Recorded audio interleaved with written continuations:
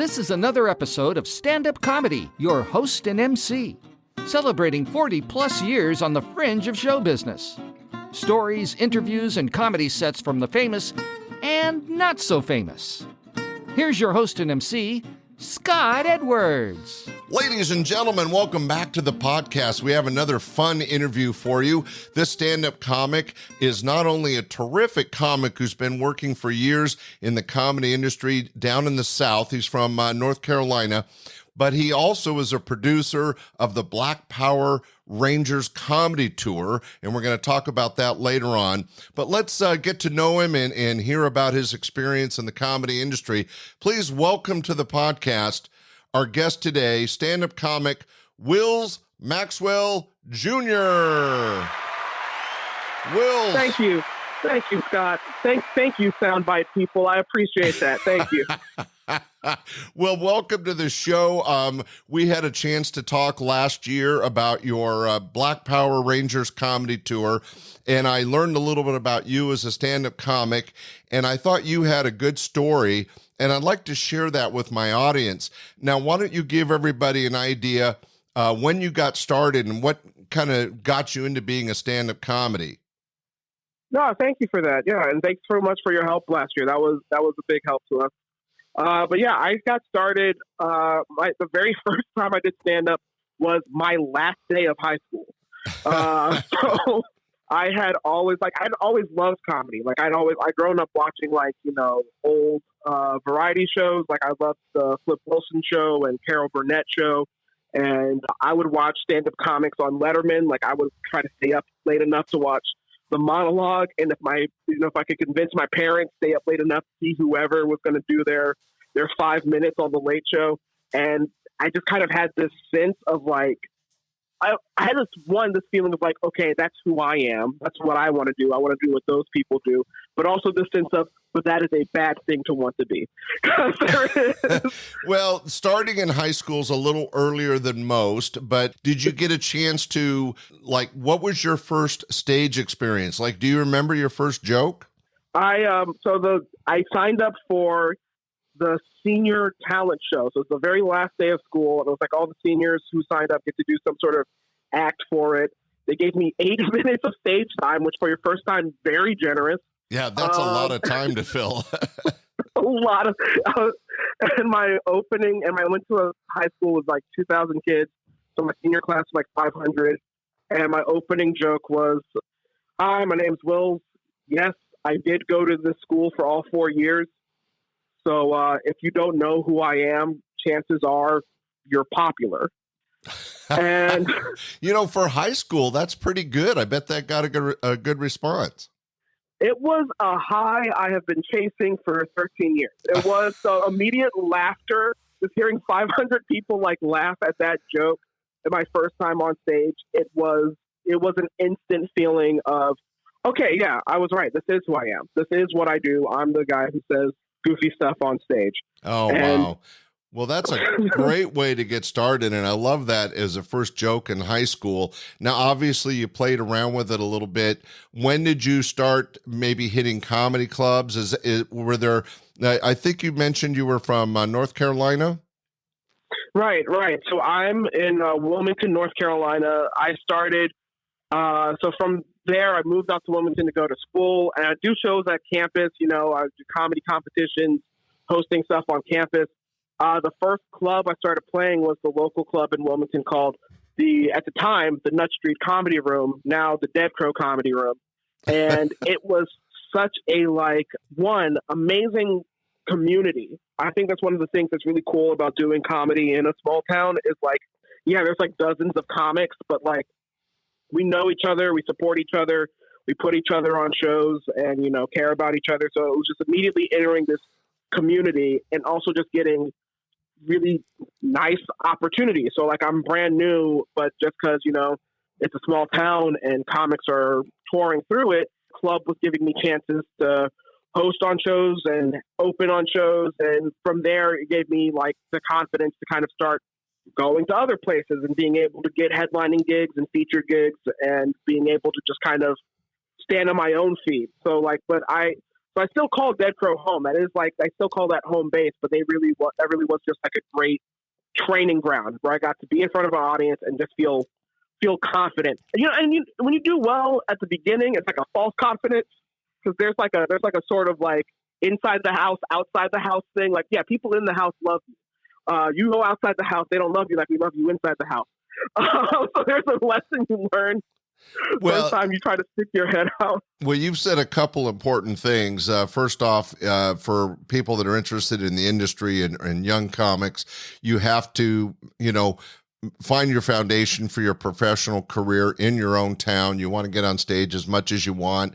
Anytime you can MC a show, you want to take that opportunity, because it helps you build your confidence, as you said. And I also liked, and it's been said by several professional comics, longtime professionals, that there is a community around stand-up comedy that can support you and also challenge you to be better at your craft. What type of comedy, Wills, would you say you do? Are you doing a monologue? Do you tell stories? Is it jokes?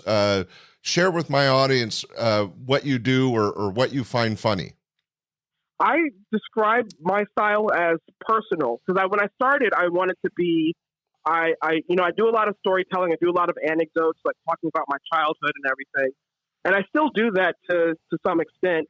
But when I started, I also wanted to be like, I wanted to be Jon Stewart. I wanted to do political jokes. So I was like, watching the news and then going on stage and doing like news of the day type jokes and things like that, and doing political jokes.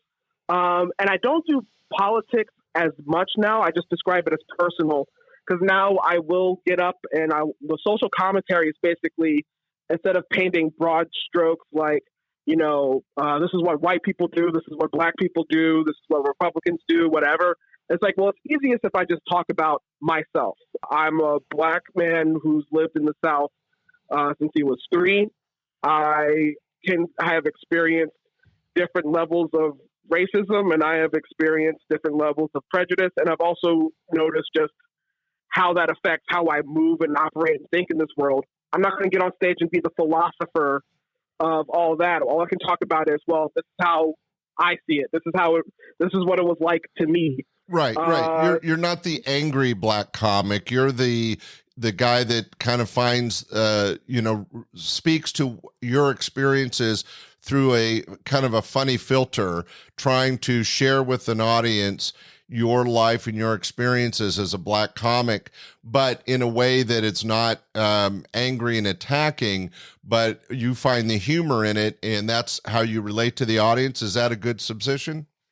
I think so, yeah, because I've had people like, who are like, why are you trying to alienate me or attack me? And that's never, ever the goal. The goal is, whoever you are, I want to make you laugh. I want to make you, we're having fun. Like, I want to make you laugh.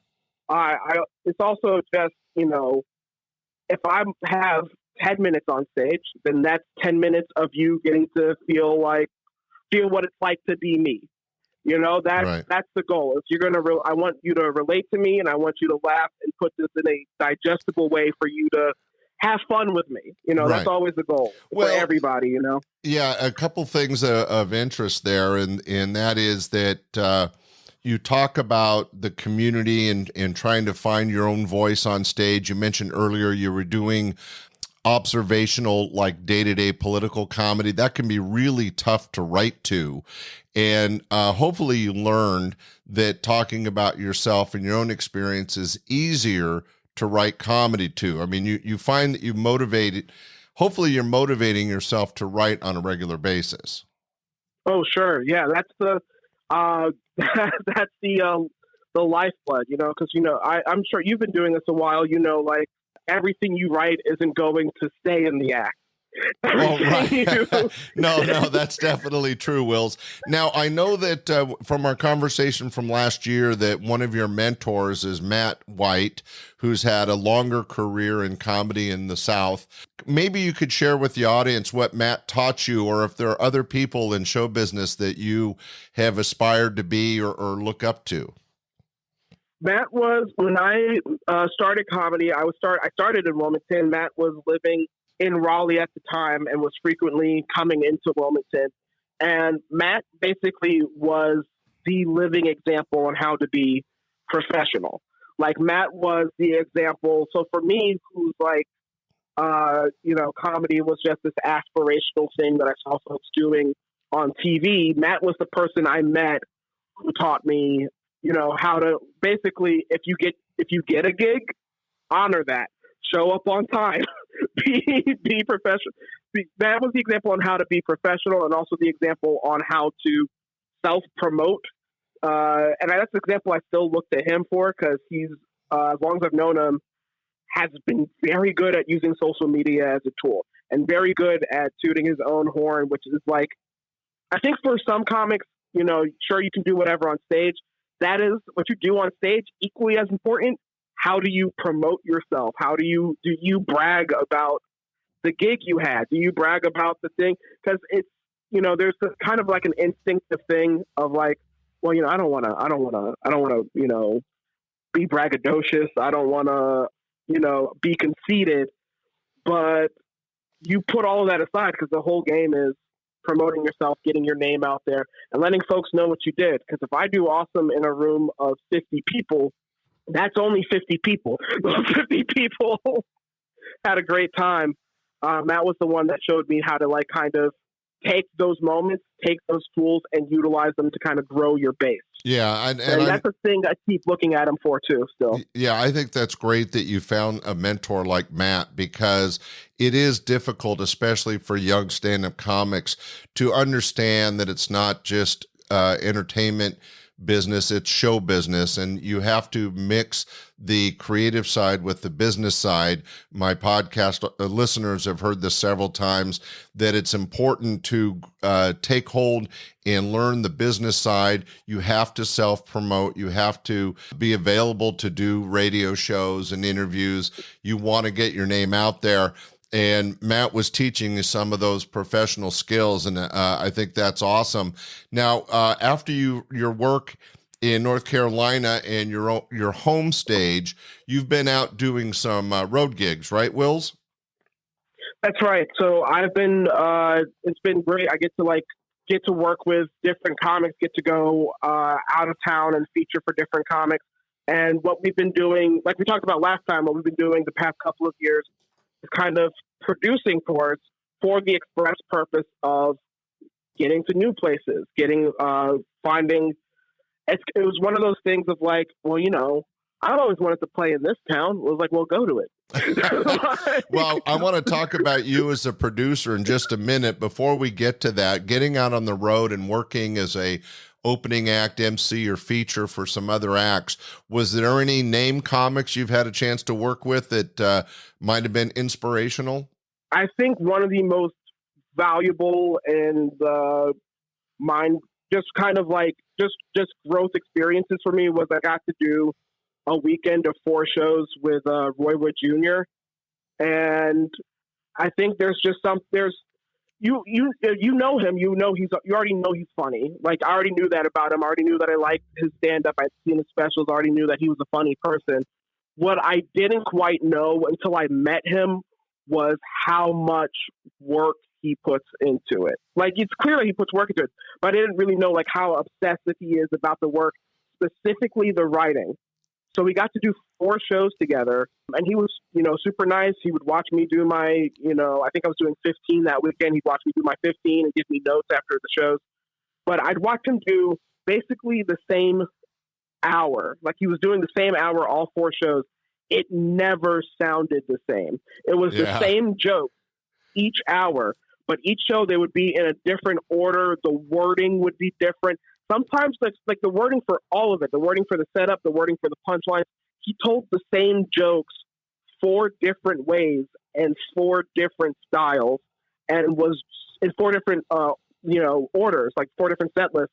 And it was just that's very analytical. Like, the show would end, everyone's cheering, he's great. I'm like, man, that was awesome. And he'd be like, yeah, but at the 22-minute mark, they didn't laugh as loud tonight as they did at the 22-minute mark last night.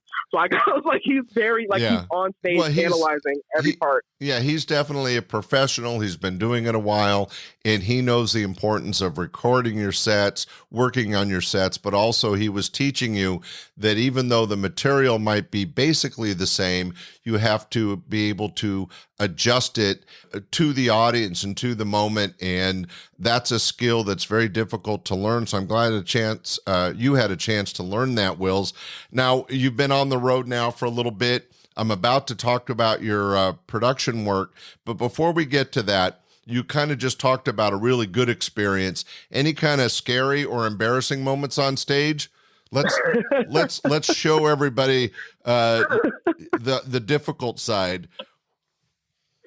I don't know if have you ever been surprised that you're hosting a show? Because that's always a fun one. Like you show up and they go, oh, by the way, you're the host all night long. Yeah. Because I took a gig the last minute. It was like in town. And I thought, it was at a place I had never been to before. And I thought it was like I was just coming to open. So I was like, I was like, great. I got my new 20. I'm going to go through my 20 minutes. And I showed up and they're like, oh no, you're the host. You're the host. Well, hopefully here are all the acts. Right.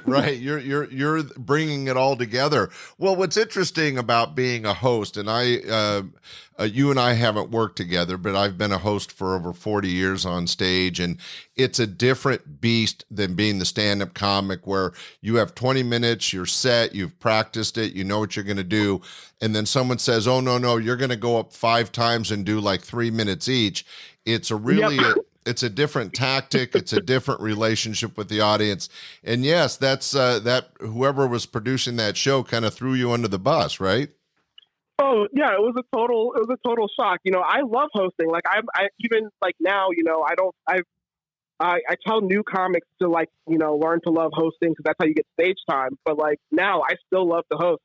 So I don't mind it, but it's definitely a shock because like when you're not the host, you basically have the luxury of letting somebody else introduce you to the audience, warm up the audience and introduce you to the audience. You're the host. You have to go out and introduce yourself. And the audience, you're hitting the audience cold. Yeah. Instantly did not like me. Instantly was not with me. Oh, that's hilarious. Well, it's a kind of experience that every comic goes through. We've all bombed. We've all had great sets. It sounds like you're on a great path to success. But what really excites me, and I wanted to share with my listening audience, is how you've taken your career as a stand-up comic, and now you've taken it one step farther on the business side. You're now producing shows. For everybody that's not aware, Wills Maxwell Jr. is the producer and the power behind the Black Power Rangers comedy tour. You had your first tour in 2022. You had a very successful 7-state tour in 2023, and I know you're going to do it again later this summer. Usually it's an August tour. Wills, how did you go from stand-up comic to producer? I really, for this tour, it really was like, finally crossing off a bucket list item. Because it really was just a matter of, I've always wanted to go to this place and this place. Oh, I've always wanted to do this show with this friend and this show. I've always wanted. So it really was like a bucket list item where, my wife was like, well, are you going to do it? Are you going to go on tour? I'm like, yeah, I'd like to go on tour. She's like, okay, then go. Put it right. together. Quit talking about it. Don't wait for somebody else to do it. Do it yourself. Because, I think what's fascinating about it, and I'm very proud of you, Wills, and I'm just saying that from the standpoint that I'm probably twice your age, is that I'll receive that. Thank you. Going from young stand-up comic to the responsibility of four-walling a show, which means finding the location, making sure the lights and sound are right, booking the comics, selling the tickets, doing the marketing, doing all the business side where you have to take the gate and then somehow make sure you have enough to pay the comics and hopefully make a couple bucks. I mean, that's a big step, not only for you as an individual, but in business and show business.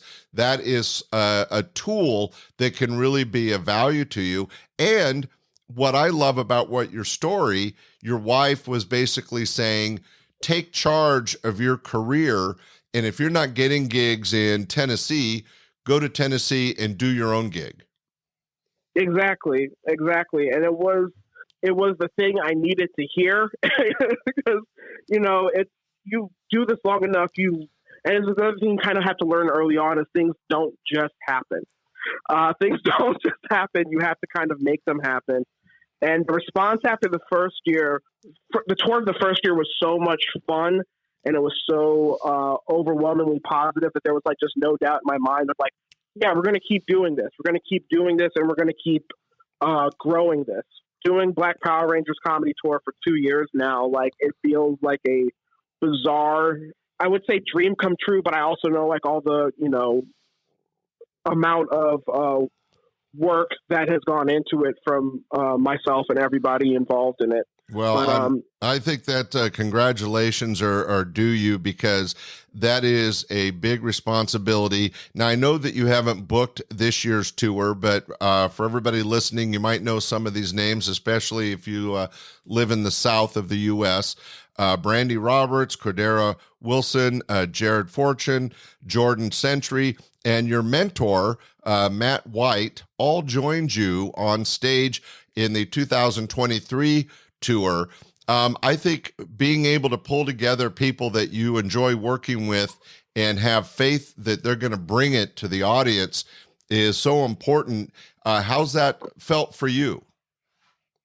It's been totally rewarding because the whole idea was just kind of like, these folks that I get to travel with and work with, I already knew they're funny. Like by the time I asked them to do this tour, it's already after having experiences with them and like kind of knowing like, yeah, they have it. This is a special, like really funny person. There is something impossibly validating about taking them to a new place in front of a new audience and being able, like I said, I love to host, like even on the tour, I'll produce it and I'll host some of the shows too, just because I love doing it. And I really love being able to be in that position of being like, look, I know Brandy Roberts is funny. Y'all are about to find out that Brandy Roberts is funny. Like it's a very validating experience. Well, what I liked about what you did with the Black Power Rangers is that they're all African American comics, but what's nice is that you have 6 different comics, counting yourself, and yet they're all coming at stand-up comedy from a little bit different angle with a little bit different viewpoint. So even though it's a group of African American comics, it's not the same, black material over and over and over. It's a variety of experiences being shared in a comedic way. Is that fair to say? Right, because the idea is, I've been on several shows where I was the only black comic on it, and I've also attended several shows where there were no black comics on it, and I felt like there was this kind of, in some places, there's this kind of idea that if you get a lineup of black comics, it's going to be like a somewhat, monolithic show, and I think there have been more than enough different types of comedians for everyone to know by now that is not true. You ask anybody who's not, even the least bit familiar with comedy to name like their 3 favorite black comedians, I can guarantee you they'll name 3 different comedians whose styles are very different from each other. So just kind of like this idea of like, well, audiences are never shy about a lineup with all white comics. I want to make sure audiences also come out and support this lineup of all black comics and understand it's not the same comic 6 times. Right. We're all different. And I think you bring up a good point, because it's not about race. It's about the impression that if you heard that there were 4 or 5 white comics at a place, you would just assume that they're all different, and that's what makes the show entertaining. And yet there's probably this predisposition for the public to think, well, if there's 4 or 5 black comics, they're all going to be doing kind of that angry black, approach to comedy. And I know from your 2023 tour, that is not what you're going for with the Black Power Rangers. It's really a diverse variety of material that just happens to have all black comics. I mean, in other words, that's not the root of the comedy. It just happens to be the selection of friends.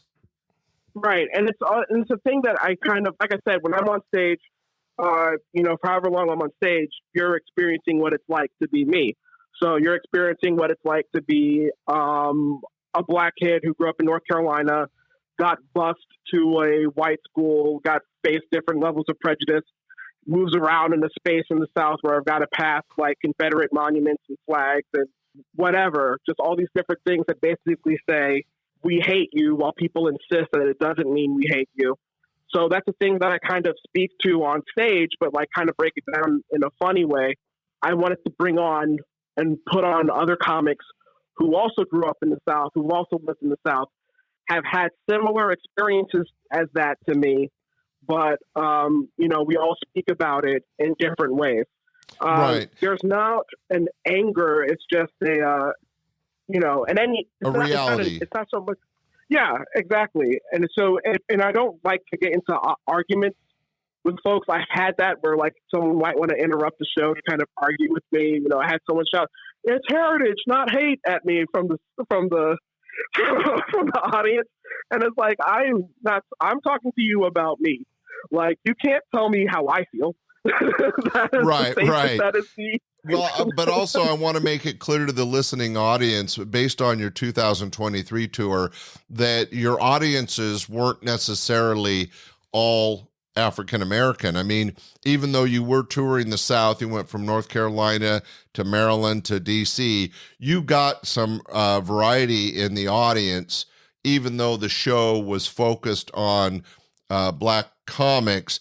And I think that does speak to that the entertainment audience, the people that want to go out and be entertained, are not prejudiced or not racial. They just want to they just want to laugh. That's the idea is, and because the first year we did the show, we would get that question, like, who is this show for? Is this show for you to educate white people? Is this show for you to entertain black people? And the answer is, the show's for anyone who wants to laugh. We don't live in a post-racial society. I'm not, ignorant to the fact that racism exists and prejudice exists. But the idea is, even the show is for, if you want to come out and be in the spirit with us of just hanging out, laughing, having a good time, then the show's for you. And I think sending that messaging out when we did those shows, people kind of responded to that, because that does, the diversity in the audience is the goal. The goal is to not alienate anyone. And it's to just kind of make this like a space for like, be inclusive. Everybody's there to have a good time. Well, tell you what, Wills, I'm really impressed with you as a young comic. I think that your career is going to continue to grow, not only as a stand-up comic because you're getting lots of stage time, but as a producer because you're putting together your own stage time, which is really a smart, successful way to go. I'm on the side of your wife on that. But ladies and gentlemen, if you want to keep an eye out, Wills Maxwell Jr. will be playing clubs all over the South on a regular basis, but keep an eye out in July, August of this year. There'll be another Black Power Rangers comedy tour. And if you get a chance, go out and support Wills and his group of talent and be a part of the show and have a good time, have a good laugh. Wills, thanks so much for being on the podcast today. I really appreciate your time, Scott. Thank you so much. Ladies and gentlemen, that's been our story with Wills Maxwell Jr., a stand-up comic from the South, and his own tour that he four walls and produces called the Black Power Rangers Comedy Tour. We appreciate you listening. Come back next Sunday. We'll have another great show. Wills, thanks for joining us. Thank you. Hey, ladies and gentlemen, as we always do on these podcast interviews, we have a little stand-up comedy from our guest, Wills Maxwell Jr. So here we go. Here's some live stand-up comedy. Hey, everyone. everyone. How goes it? My name is Maxwell Jr. I'm excited to be out here with y'all. Other day, I saw a white guy wearing a t-shirt that said, "I am Black History."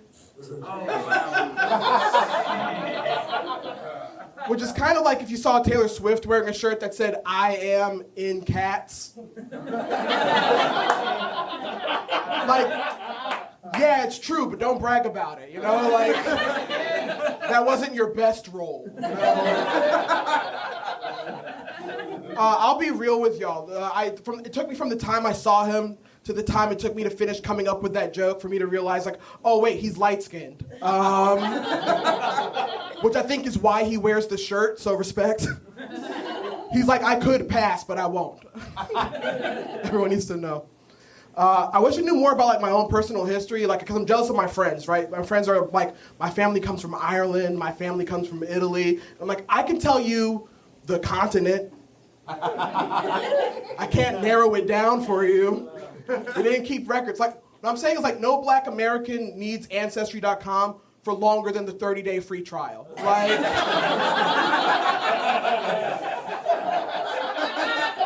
it takes you 30 days to find out which plantation and then the trail goes cold. If you're lucky, it'll lead you to another plantation, but that depends on your definition of luck, you know? So, Greensboro, we believe in ghosts. Y'all believe in ghosts? I'm from Wilmington, North Carolina. We blame everything on ghosts, you know? One of my buddies, he bought a house in, like, historic downtown Wilmington. He's so excited to show it off. And I stepped in and I said the first thing I always say whenever I step into historic downtown home, is this place haunted? And his eyes lit up and he was like, yes, this house is haunted by a white ghost. So every time a Black family moves in, the white ghost chases them out. But then across the street, it's haunted by a Black ghost. And every time a white family moves in, the Black ghost chases them out. And I looked at him, I was like, oh, you don't know what redlining is.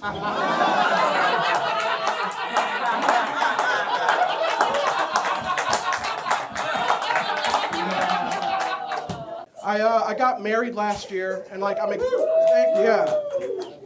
excited to be married. I'm excited to, like, be part of a unit, eventually start a family. I've always wanted to be a dad. That's a true thing. And the thing is, my wife's white, so, like, when we do have a kid, we're gonna have a kid that's a different race than both of us, have a different experience in this country than both of us. But that's the thing we're talking about. You know, I'm ready. You know, I'm ready to be the dad to a little Black girl, a little brown girl, a little white girl. I'm ready to be the dad to a little Black boy, a little brown boy. I